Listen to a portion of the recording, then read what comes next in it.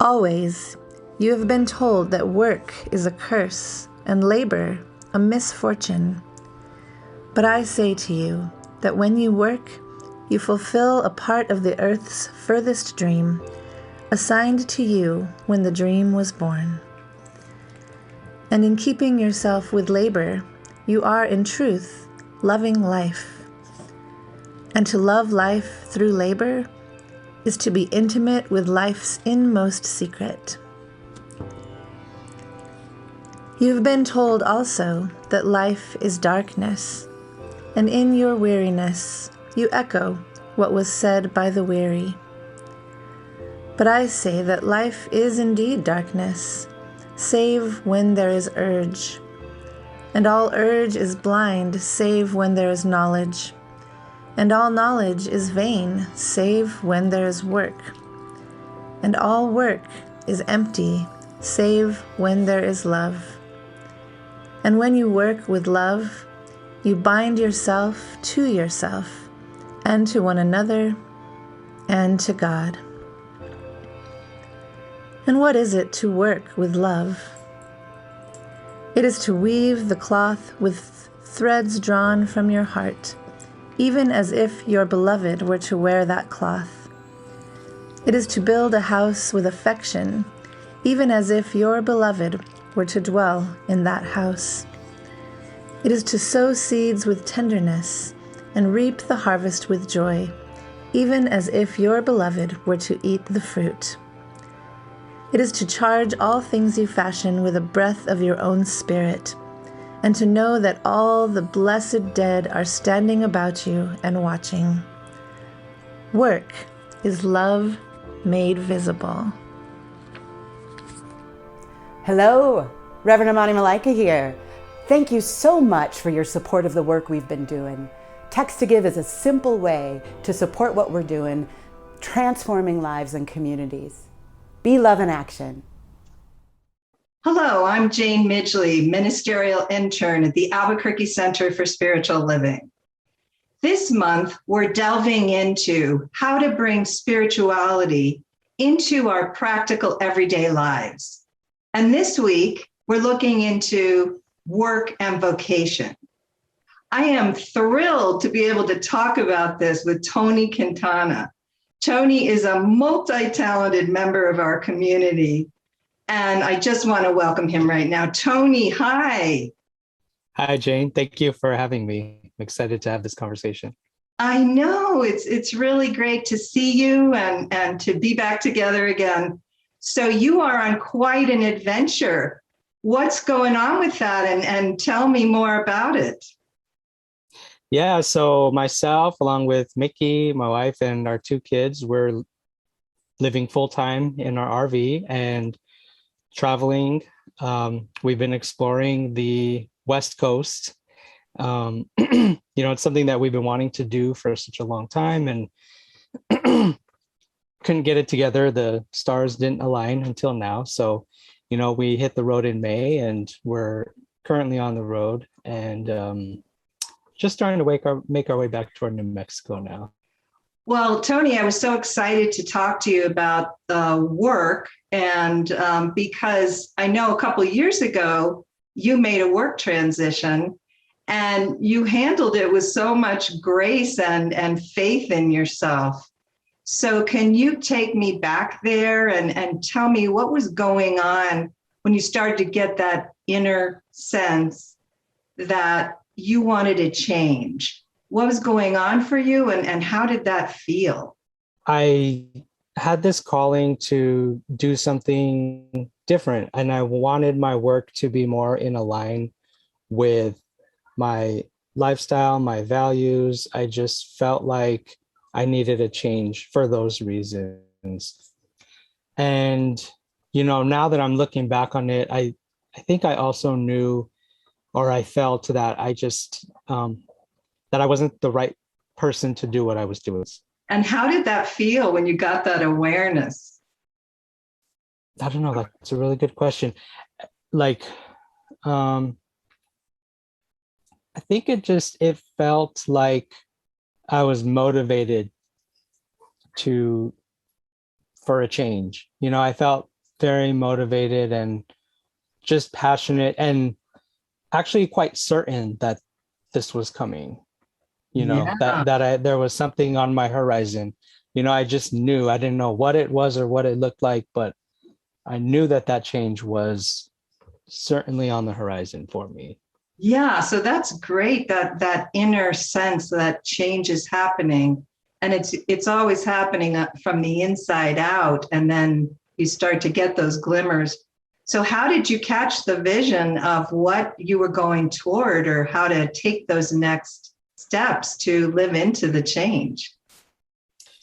Yeah, I think that um, part of what I did was had a session with you. I started talking to people about it, and I think I ended up, I talked to Amani about it, and I think through my conversation with her, she's like, you need to have a session and get clear and do some visioning, and you know, she said Jane is just the person, and I said wonderful, and that session that we did, I just got more clear than I ever thought I could. And to this day, sometimes I'll go back and revisit the notes that I took and the journaling and the prayer that I wrote out from that, because it's amazing how it manifested, how I manifested exactly what I was going for.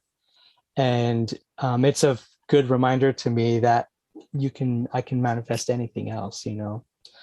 And then just another thing in terms of, I don't know if it's glimmers, but I noticed something else that started happening was I started meeting new people, and people that were aligned with what I wanted to do.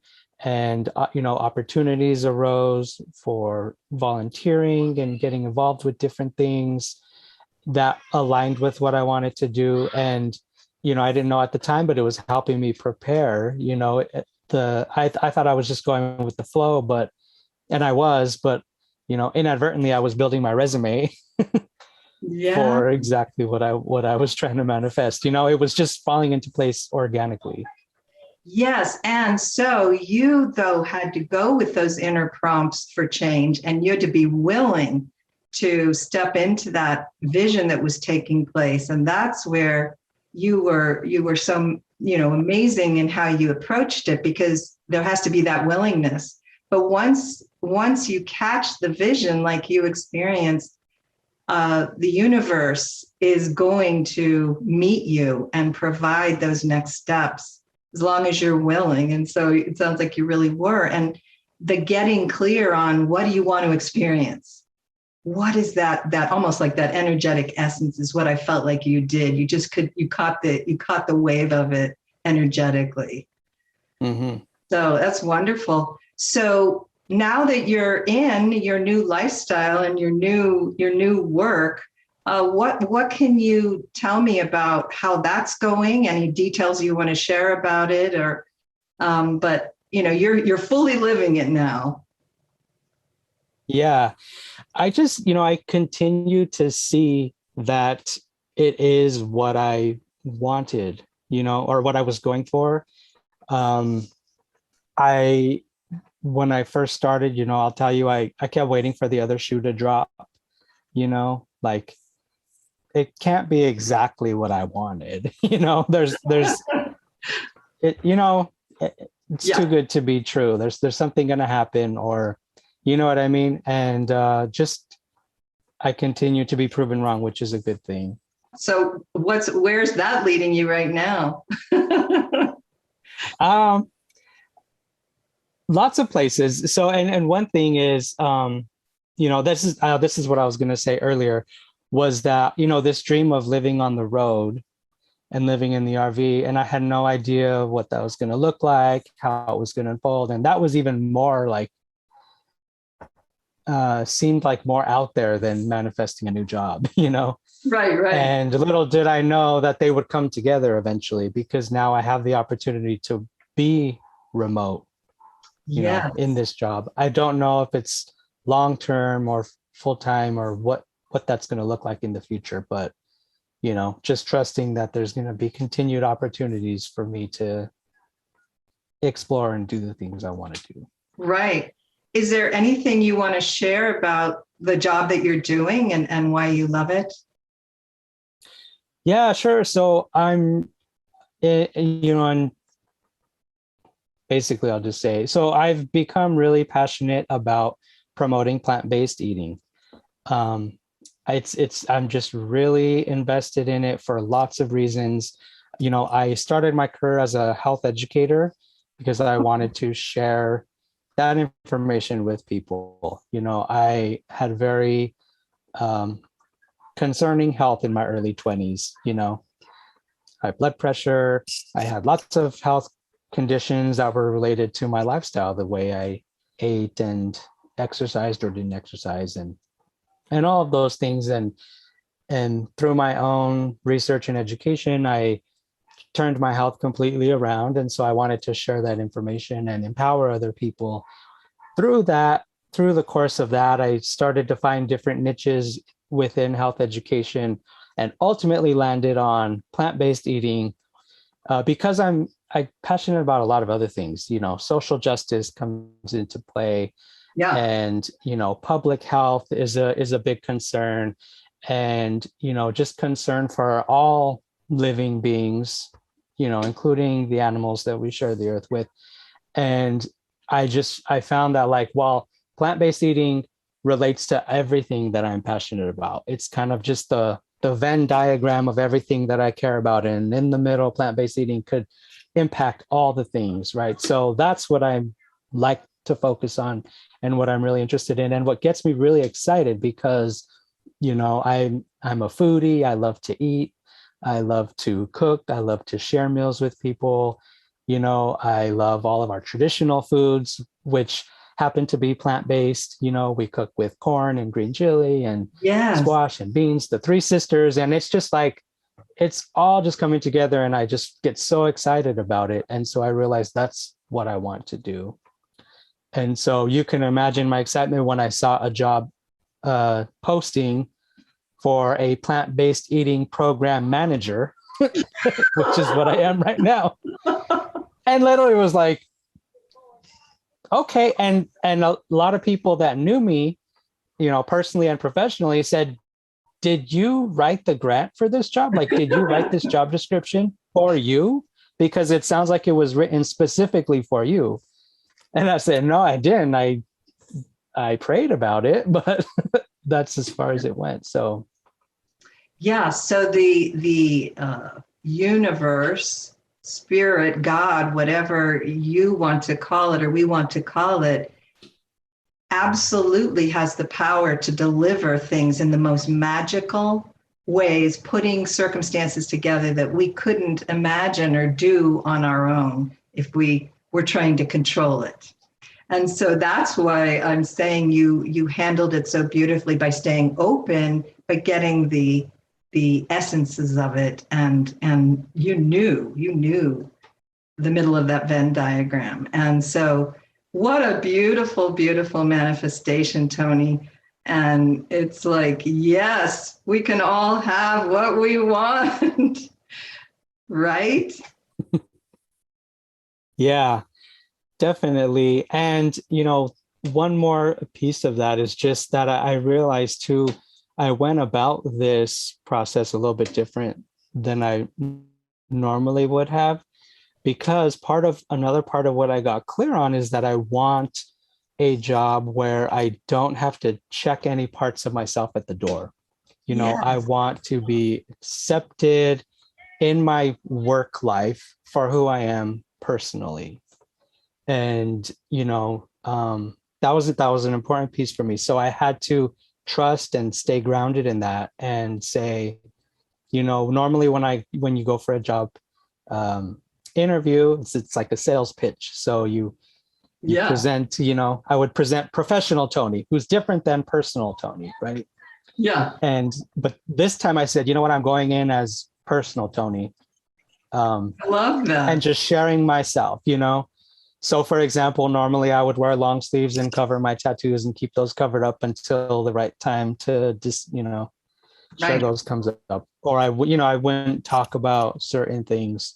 And this time, I said, if they're gonna want me on the team, it's gonna be for all of me and not just the parts I put forward. Yes. Wow. So powerful. So powerful. Yeah. And then you can be fully yourself and fully bring in all your skills and passions. And that is what is going to be most helpful to others. So I think you got that at a deep level too. Exactly. Yeah. And that's part of what I got clear on with, our session and writing it out. Good. Well, wonderful. This has been so great to have this time to talk with you, Tony, and to connect and hear what's happening for you. And just so happy for you. And hey, I'll look forward to seeing you back here in Albuquerque. Please tell Mickey I said hi, okay? And, all right, yeah. And safe travels, okay? All right. Thank you, Jane. It was great talking with you. All right. This month at the Albuquerque Center for Spiritual Living, we're delving into how to live spiritually in our everyday lives. This week, we're looking at how to do that with our work. And as I was thinking about this, it took me back to Boston when I was in my early 40s. And I, for the first time in my life, had no idea what my work was in the world. And I was uncomfortable. I'd have to say I was suffering because it was that place of uncertainty. And whenever I feel like there's too much happening too fast or too much change, I feel out of control. And for the last many years since I had graduated from college, I'd been an activist for social and racial justice and women's rights and peace. And most recently, I'd been the CEO of a national section of an international organization. And that had afforded me the opportunity to travel the world and to work with people from all over the United States. But I had quit because I was burned out. I was depleted. And I knew that running organizations was not really what I wanted. It didn't really quite fit me. And yet I didn't know what was next. And I was spinning about that. I wanted something to do with capital letters, so I could get out of this place of uncertainty. But when I remembered to stop the spinning and to sit in some meditative quiet, just small amounts of time, I started to get some glimmers of what might come next. And then one day I'm at breakfast with a friend, and she says, "Have you thought about becoming a life coach?" And I said, "A what?" I'd never heard of it because it was a brand new field. And after doing some investigating with myself about, does that sound interesting? I decided it did. I investigated it, looked into it, and found this amazing training organization that did experiential coach trainings. And thus I embarked on a 25-year amazing journey of being a life path, and leadership coach, and working with people from all walks of life and all over. It fit me to a T, and it's been a huge anchor in my life. So the last few years, when we've been dealing with the upheaval and the grief and the loss of COVID, and we've been dealing with the financial upheaval that came along with that, a lot of us are reevaluating our work path. So we might have left our job because we realized we couldn't do it and take care of our family, or we weren't unsafe at our job, or it no longer felt like it made any sense. We might have decided that we needed a change. We might have lost our job, been fired or let go because of the economic downturn. Or we might have allowed a long suppressed dream of what we really wanted to do to come forward finally. And we wanted to investigate it. And this is what happens when we go through such a time of intense pressure. There's so much loss that goes along with it, but there's opportunity as well. And so this has been a great opportunity for people to say to themselves, what is it I really want to express in my work and my skills and talents and passions in this world while I'm on earth? And I don't have unlimited time, and life's too short to be unhappy at work. So we're in a time of great opportunity around this. The founder of Science of Mind, Ernest Holmes, said in an audio recording called Self-Expression, "Life has added into you the irresistible impulse to create. Your soul belongs to the universe. Your mind is an outlet through which the creative intelligence of the universe seeks fulfillment.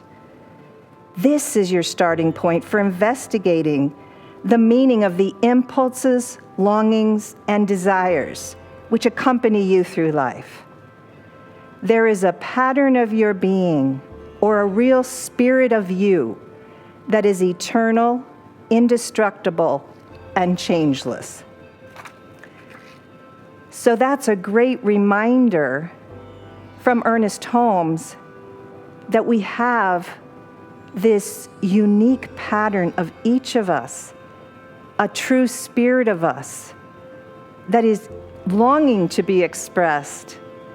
And he goes on to say that not only once we begin to sync up with that unique pattern, will we be fulfilled in our work, and it'll be accompanied by love and enthusiasm, but that every door of opportunity for its fulfillment is already flying open, and all the resources for success in that particular path that is synced up with our desires and longings and skills and passions is already present. How amazing is that? So why sometimes can it be so hard to find that or to get out of that spinning place? And I think this pattern of our being is the real clue here. Because as we live into that, then we will get the answers. The writer James Baldwin said, "You must want to become yourself." And this is the way that we get there, is we become truly ourself in our work. And we embrace that spirit of us, that pattern of our being that is unique and indestructible, and that only we can bring forward to bless the world. And here's the really cool thing. When we do express that unique pattern, we're in this beautiful sweet spot where those skills and desires and passions that are unique to us, as we bring them forward, meet the world's needs at the deepest level. And so we have an impact. One of the things I love about the Science of Mind philosophy is that we recognize that we are a divine center of being, that we have the divine wisdom already within us, and that's where we go to consult on our life, to get guidance on our path. We don't need to consult scripture or doctrine or outside authority. We have it within us to know and to investigate how we want to live our life. And I think that is so beautiful. And that's the key. We have to remember, and I think this is why we can suffer so much around our work path. Am I doing what I'm supposed to do? Am I doing what I came here to do? Am I really gonna be this unhappy every day? Do I have to do this? Can I earn the money that I want to earn? All these flying thoughts that go around and emotions. And I think part of why that happens, and that's all okay, we have to work through it and come back to center. The reason that we have to remember is to go within, not outside to any outside authority, what anybody else thinks, but to go within. And that's where we will be able to understand what it looks like for us to express this unique pattern of us. Well, we get to define what our work is. It might be parenting, it might be volunteering, it might be parenting and volunteering, it might be taking care of a sick relative, but it might be creating a company, becoming an artist, serving as a community organizer. It's whatever it is, you get to define that. But the more we can bring our particular skills and passions and what we love to do forward into that work, then the more we will be fulfilled and we will bless the world. And I want for all of us to have freedom and happiness in our work. We deserve that, and we absolutely get to have it. But we have to start by going within.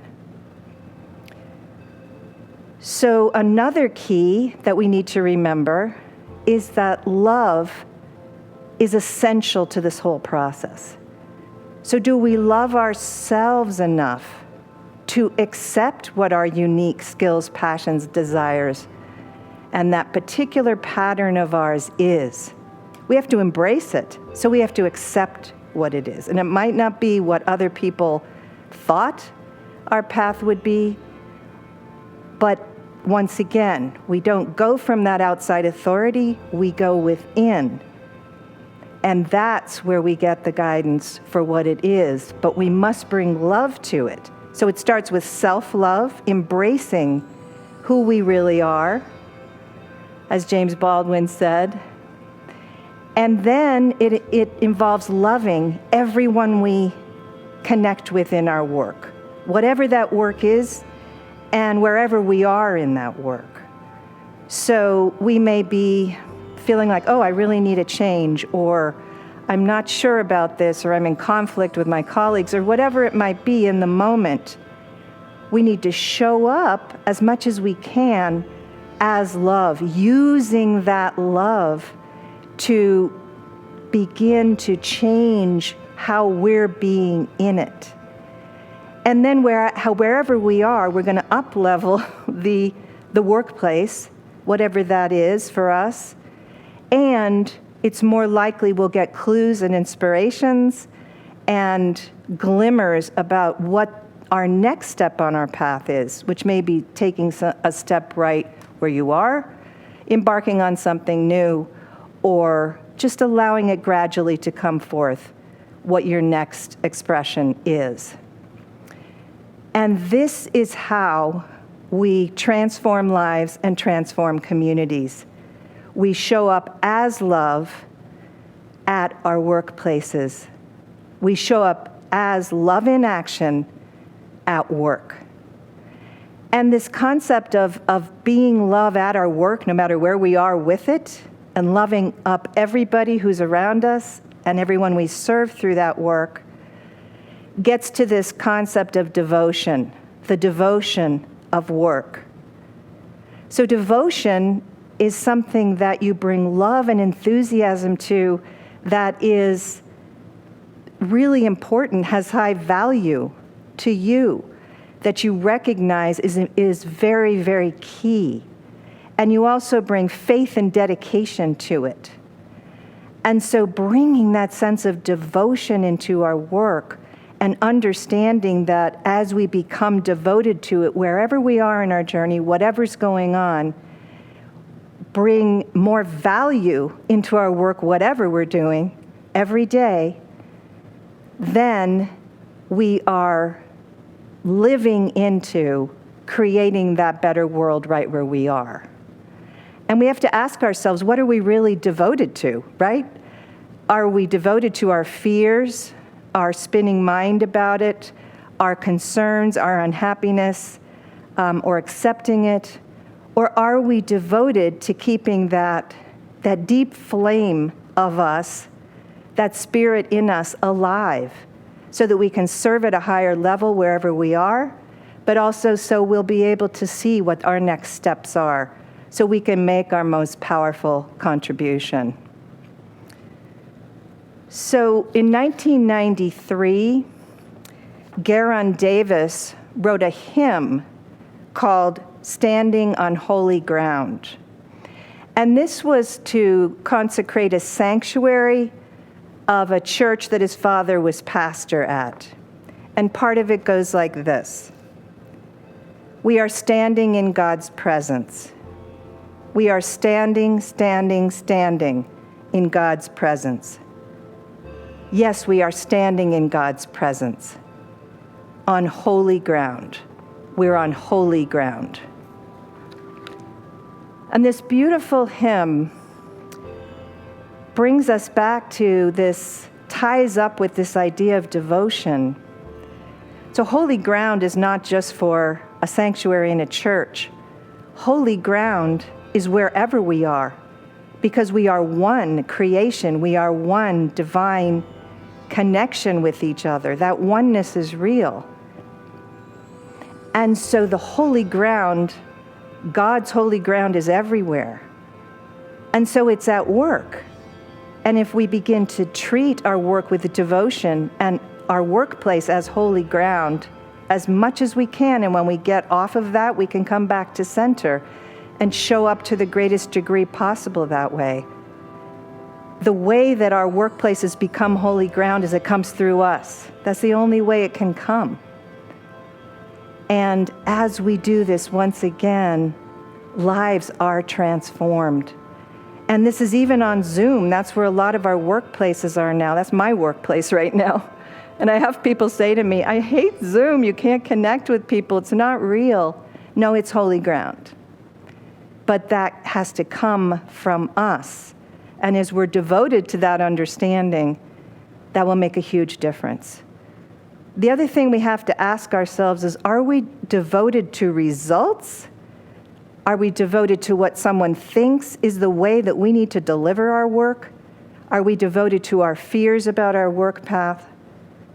Once again, are we devoted to this showing up as love every day, showing up on holy ground, and then releasing the results to the greater energies that can, and just ask for the highest good of all to unfold? Then we're in it. That's the path. And we're transforming lives and communities, including our own life. So how do we really do this? Get more clear about the next step on our work path? New Thought author and spiritual practitioner Florence Shinn had a client come to her who said, I don't know what to do. I got to get a job. I don't know where to go. She was spinning and she was pretty unhappy, suffering a lot. And Florence Shinn said, you declare that you have the right position. And this is declaring it into this divine reality that we are divine beings already, so connected to all of that. And she went on to say, you can't just say, get me a job, please, or I want a job, please. You declare that you have the right position, the one that's already in divine mind that syncs up with this pattern of you.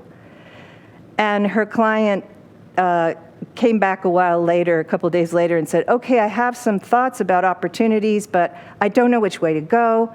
And she was still spinning and unclear and fearful. And Florence Shinn said, declare that you have a definite lead.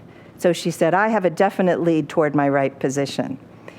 A few days later, she called Shinn, and they both lived in New York City. And she said, I woke up this morning and I smelled Palm Beach. And Shinn said, well, if you smelled Palm Beach from here, that's probably your lead. And she ended up taking the job in Palm Beach and thriving.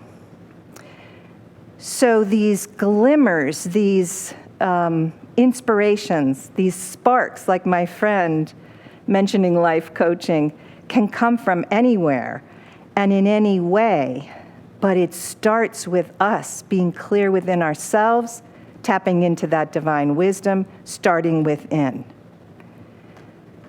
So my challenge for you this week is to take some time in the quiet. So whatever that looks like for you, it might be just sitting for a few minutes and breathing. It might be taking a meditative walk somewhere beautiful.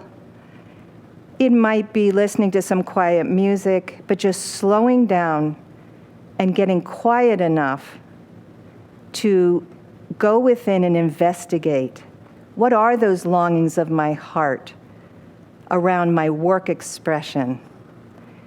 Because there's always a next step that is ready to come forth through us for our next even greater expression. We're always expanding into that next great expression.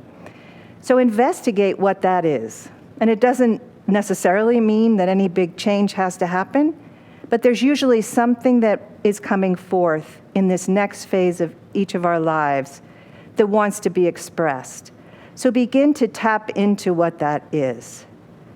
And then along with that, take it into some affirmative prayer and declare the qualities that you want to experience in your work or in your workplace, as if you already had them.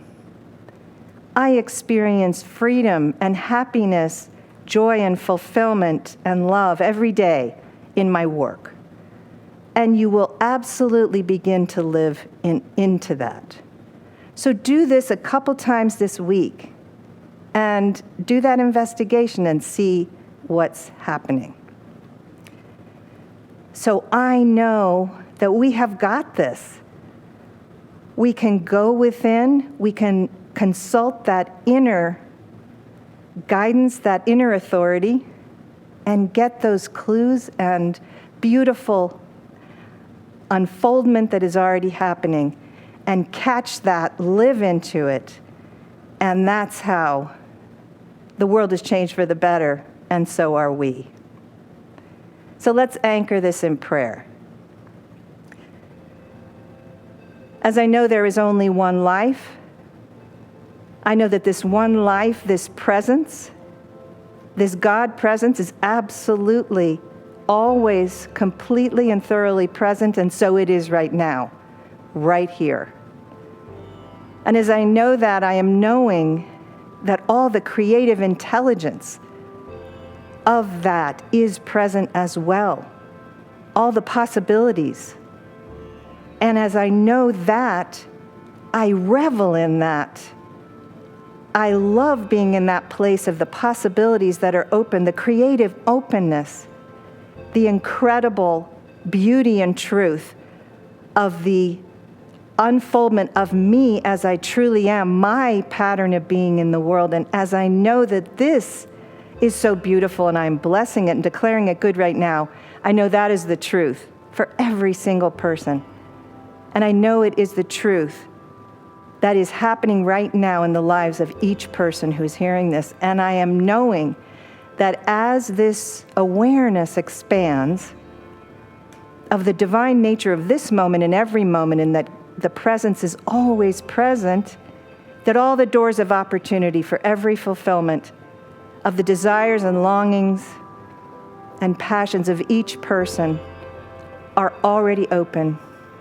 And I am knowing every resource is available to fulfill it. And I'm declaring that freedom and happiness is the way of the work for each person going forward. That is the truth. And I'm so deeply grateful for everything that has come from the awareness of the presence being present. I am so grateful for standing on holy ground now and always. I'm so grateful to be devoted to work. And in that gratitude, I am just releasing my word, letting it go, letting God, and so it is.